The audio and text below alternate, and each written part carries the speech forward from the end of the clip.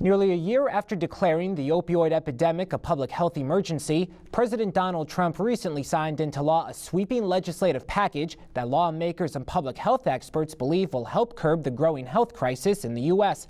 But while millions of Americans battle some type of addiction, only 4% of the population gets the help that they need.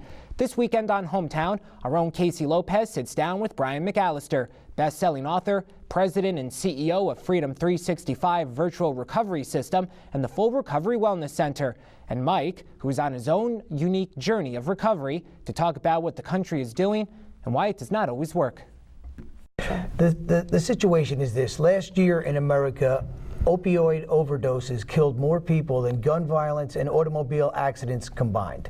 It's really hit the tipping point. It's costing our economy $550 billion with a B a year. Wow. So this program touches every facet of everyone's life. And what we're doing right now really isn't hitting the mark. It just scratches the surface.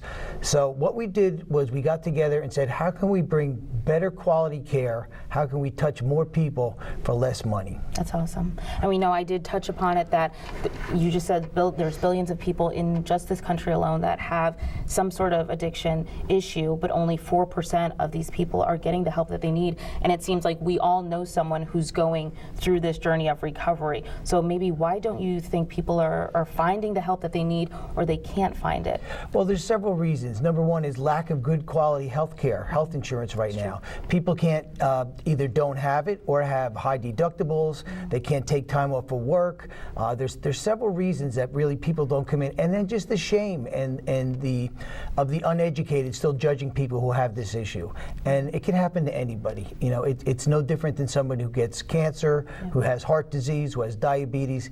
It's a disease. Mm-hmm. So we talk on the show on WMBC about how it really is a disease, and we sometimes as a society don't look at it as breast cancer or diabetes. We're afraid to talk about it, right? So how, I guess, are you and even Mike being here today with us, thank you so much, it's great to have you, breaking this stigma to talk about addiction and talk about how we're going to help people who really do need it? Well, the deal is this. Recovery's possible. I've been sober myself since August 2nd, 1990. And by taking the same skill set I was using to push myself into the gutter, which is an intense, single-minded focus that all alcoholics and drug addicts share, by taking that, figuring out what my dreams are, how to point that towards my dreams, I've become wildly successful.